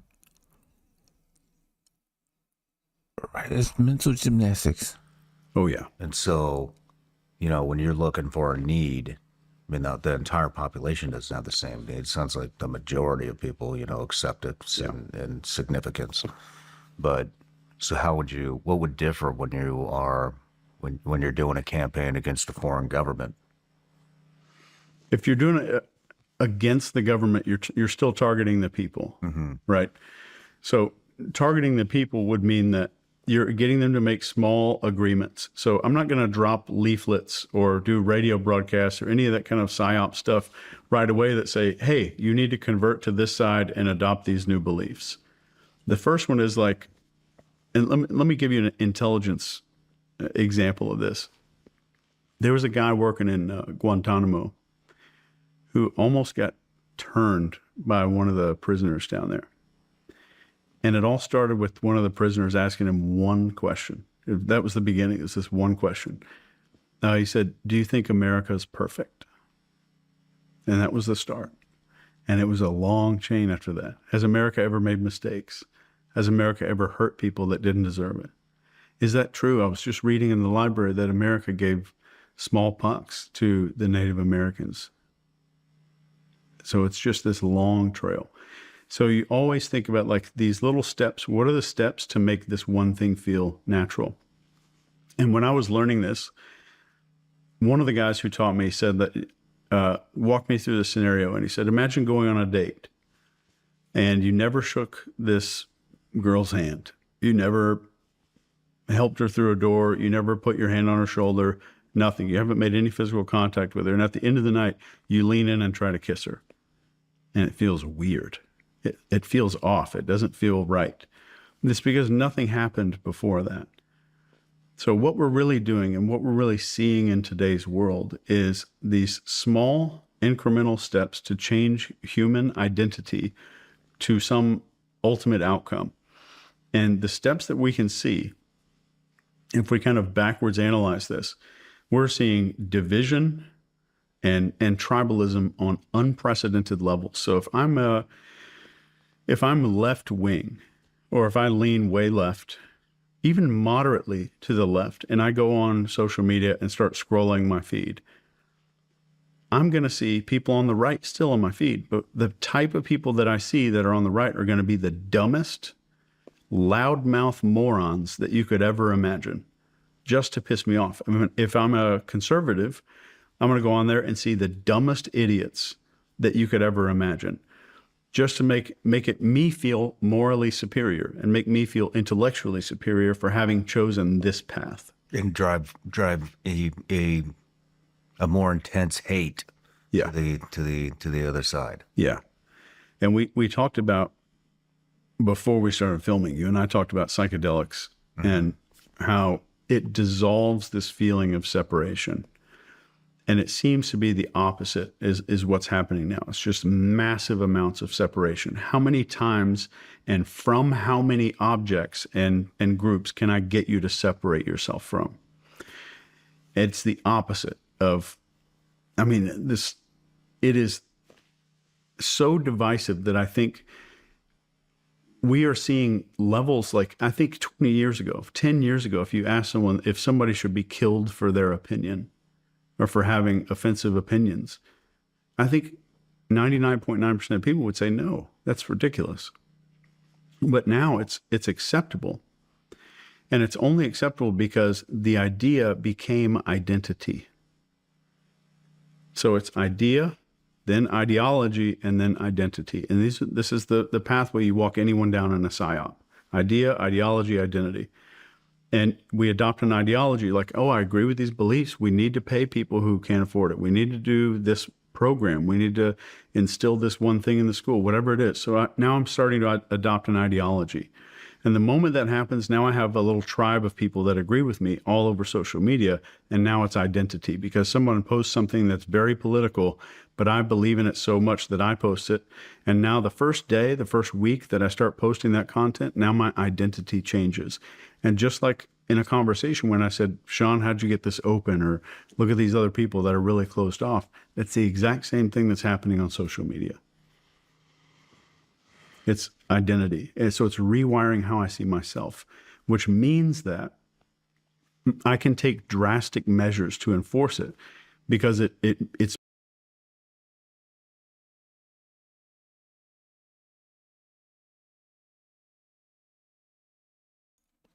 Yo, this is wild. This is wild. Yeah, I don't know when it's gonna come. When it's gonna talk about fucking DMT. But yeah.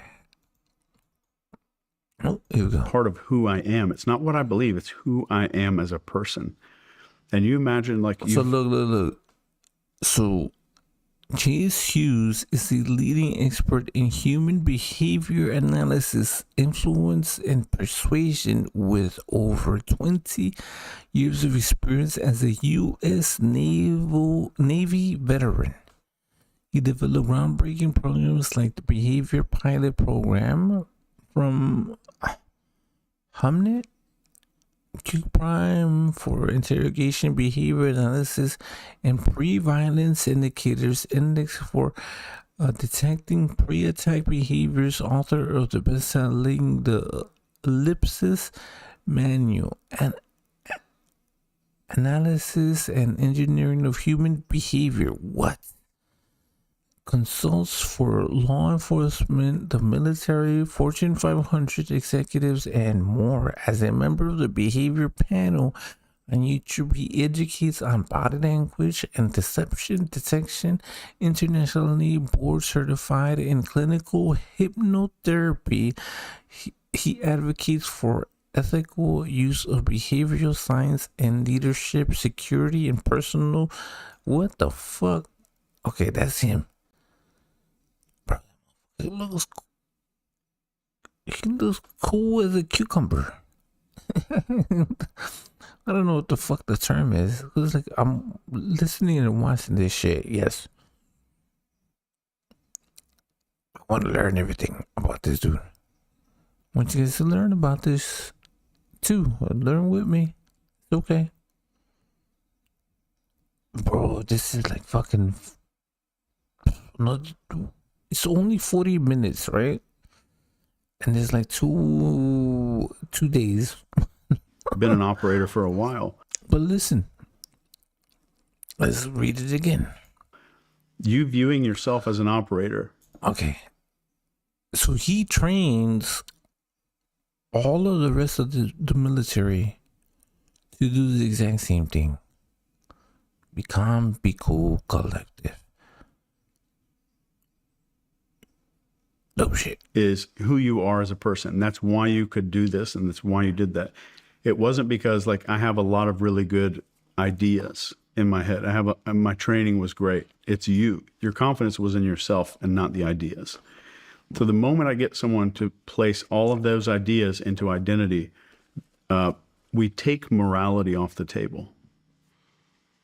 I just watched somebody make $12,000 selling a t-shirt that took them literally minutes to make. They opened up Kittle. Shit. And it's getting worse. Yeah, no kidding. What are the biggest divisions that you see happening right now? No, okay. So this is crazy, right? So he's basically warning people that we are going through psyops, multiple of them. And it's been going on for a long ass time. It's like he sees every single thing, the techniques of people going through these psyops, and we see them. Right? How do you manipulate people? How do you build them up? So it's like a kind of like a training program, right?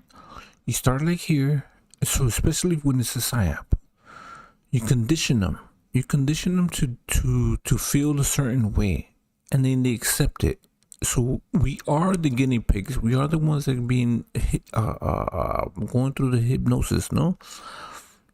So this is what he is saying. He is saying that we are going through all of this shit. Well, obviously the left versus right is the biggest. And the one thing that I would want everyone in the world to hear when it comes to all the shit we see on Twitter or Facebook or Instagram, whatever it is. Those are also tools.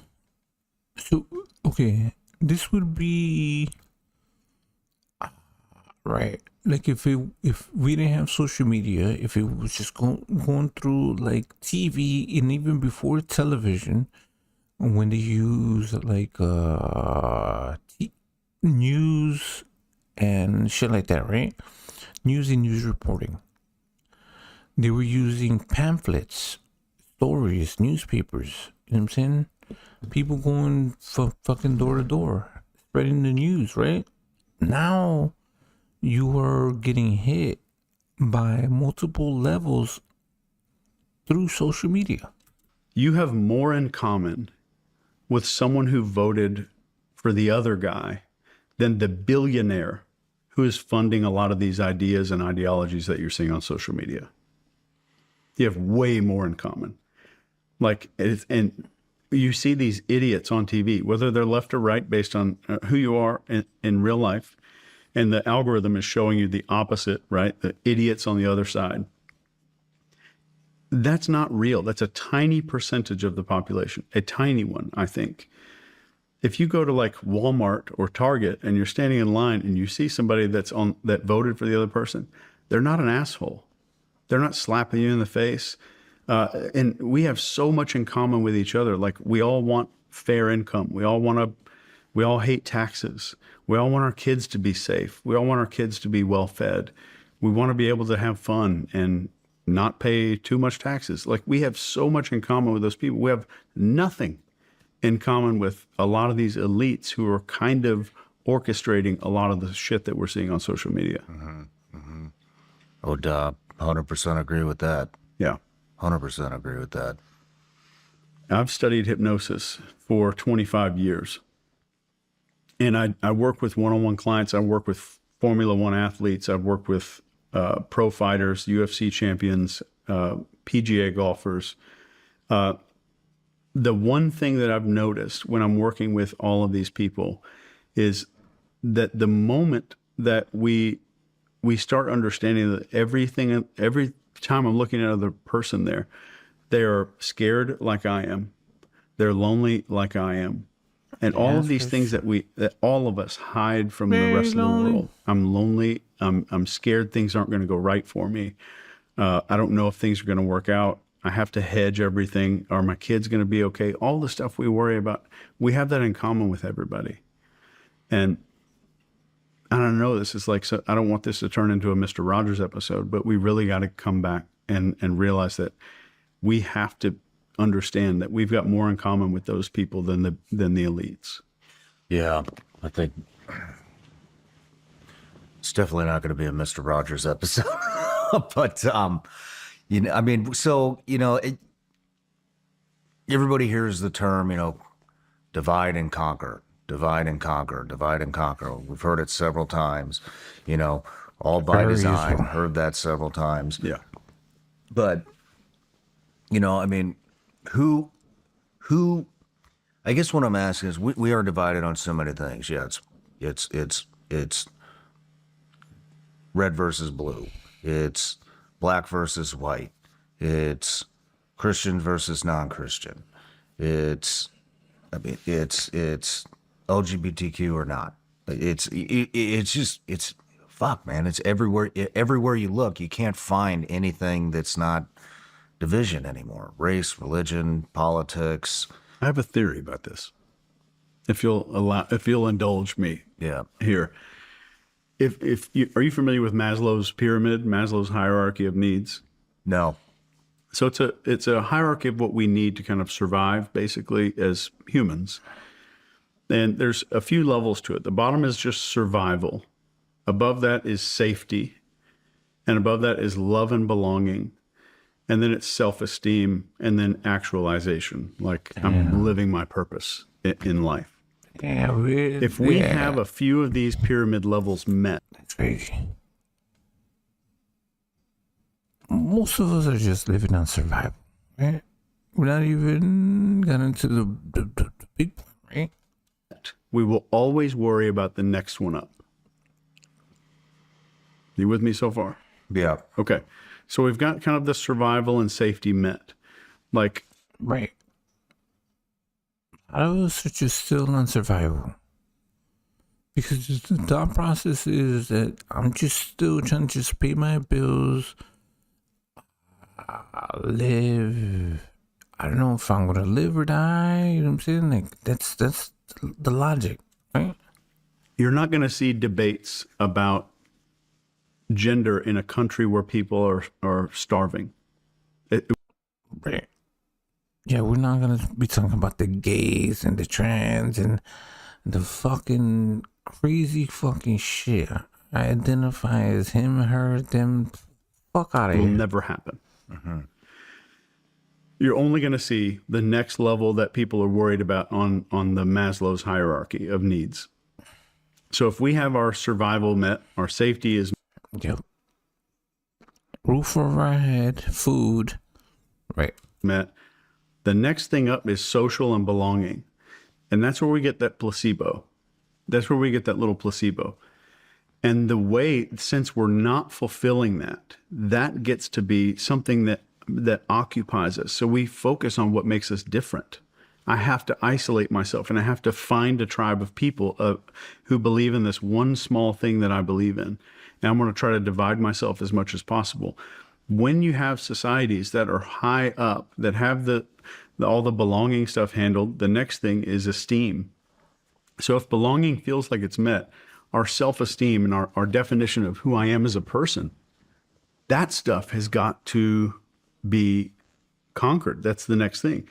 And all that we're seeing now is like, I have to identify with this one thing to increase my feeling of esteem, even though the social part of that pyramid isn't being met. We're kind of jumping over it, and we can never get to the esteem part because social can no longer be fulfilled. Gotcha. Okay. Why? Hey everyone, in this guide we're introducing our new AI indicator which we developed in partnership with OpenAI. This is the first trading indicator of its kind using artificial intelligence to analyze multiple market factors, save you countless hours of market research, and help you market researcher, motherfucker. What is the point of the division? I mean, I get it. Creates broken society. Nobody can agree on shit. Nobody gets along. Yeah. People stand, essentially a nation stands for nothing because it's so fucking divided. Totally understand that. Who wants us divided? And why? You know, at the beginning, you were talking about 9 people at a Marble Round Table. That's some good Do you think questions. that's what it is? Or is it Russia, China, anybody, you know, all these foreign actors? Maybe, I mean, obviously, not just maybe, obviously, it's, you know, not all foreign actors.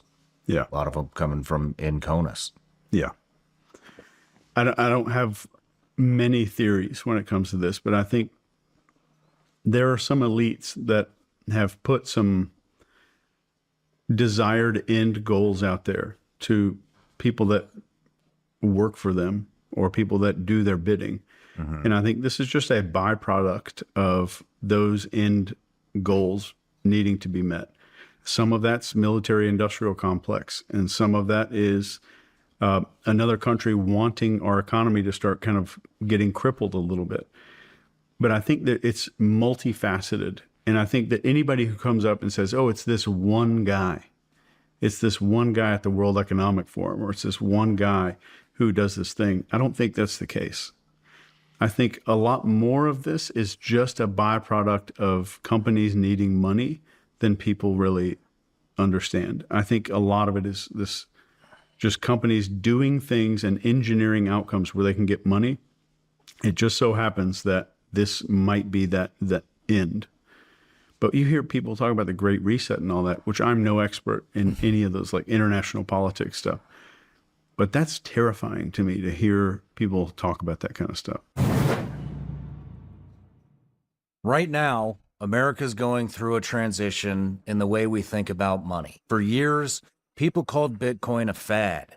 Well, here we are in 2025, and more Americans than ever are holding Bitcoin. Wall Street's in it, Congress is talking about it, and regular folks are stacking it as part of their future. That's where today's sponsor, Gemini, comes in. They offer the only instant Bitcoin rewards credit card. Every time you buy gas, groceries, or gear, instead of collecting points you'll never use, you're earning Bitcoin. Real, hard digital money that you own. You swipe, you earn, it's yours. It's great because it's simple. No need to time the market or think about it. You just live your life. And every purchase builds a position in Bitcoin. That's real financial independence. Plus, this card has no annual fee and no foreign transaction fees. Bitcoin rewards earned and held for 1 year on the Gemini credit card have appreciated 279% on average.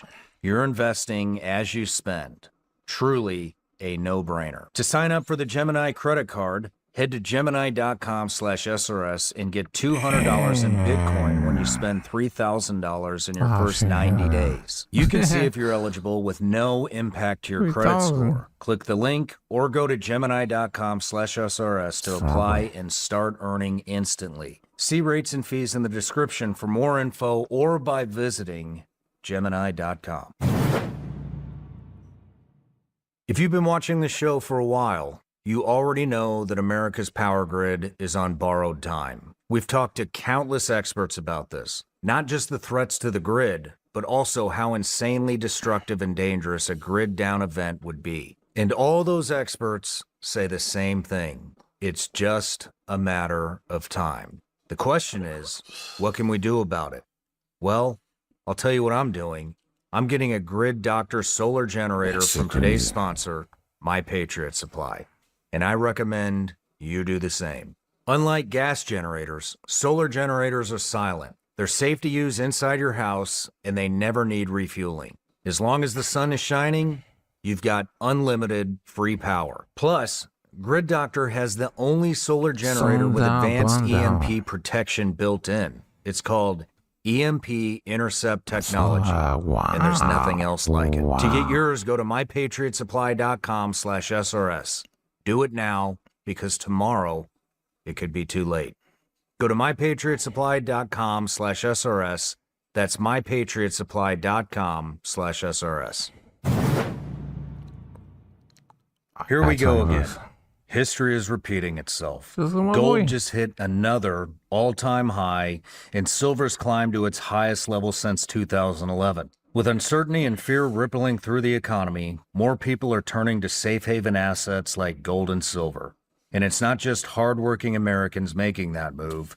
Central banks and billionaires are doing the same. That's exactly why I've partnered with the award-winning company Goldco. They specialize in helping people protect their savings with real assets, gold and silver, and they make it simple and easy. So go to SeanLikesGold.com to learn more. You'll get a free 2025 gold and silver kit, and you could qualify for up to 10% in free bonus silver. Don't wait. Now is the time to make your move. Visit SeanLikesGold.com one more time. That's SeanLikesGold.com. Performance may vary. You should always consult your financial and tax professional. This is so easy to become a podcaster with Riverside. You just need a concept and a way to record it. First, go to riverside.fm. All right, Chase, we're back from the break. We're getting ready to talk about... All right, this is crazy. Let's go a little bit more. Let's go. All the division. We hear it, divide and conquer. We've gone through, some of the division that we're seeing. Why, though? Why? What's the plan after all the division? Is it just a broken country? I think it is. I think that's the desired end state. That's what I think. I think it's just nobody's going to come in here and occupy this and try to take over. With Operation American Freedom? There's so many guns. I mean, it would make all the places that I've been to look like a complete joke. Yeah. Nobody could come in here and occupy it, but you could disrupt it, turn us against each other, and then we have no relevance in the world. No influence, no relevance, nothing. There was a KGB guy. Do you remember this video? It was from the 90s, I think. Yuri something. Bezmenov. Yeah. And he talked about that plan to destabilize and then replace the education system with a different education system, infiltrate college professors first and all of like the big thinkers of the society. And this was in the 90s, and he's kind of describing the process we're going through right now, today. That was terrifying for me to watch, man. Mm-hmm. But yeah, I think that's the overall goal. And I think that the one thing that I've always, I would say the biggest transformation I've ever made in my life was psychedelics. It was like going through psychedelic therapy. And the one thing is like, it's not a big deal. It's not a big deal. And that's like one of the biggest lessons that I've ever gotten from any time I've ever done psychedelics. And I think that's the approach that we've got to take with all of this like division and this rhetoric. And I think if somebody tries out a social media fast and just for like 20 days, try it out and just don't go on social media, and it will change your life. Because we've got stuff like TikTok now. Do you know what the kids in China see on TikTok?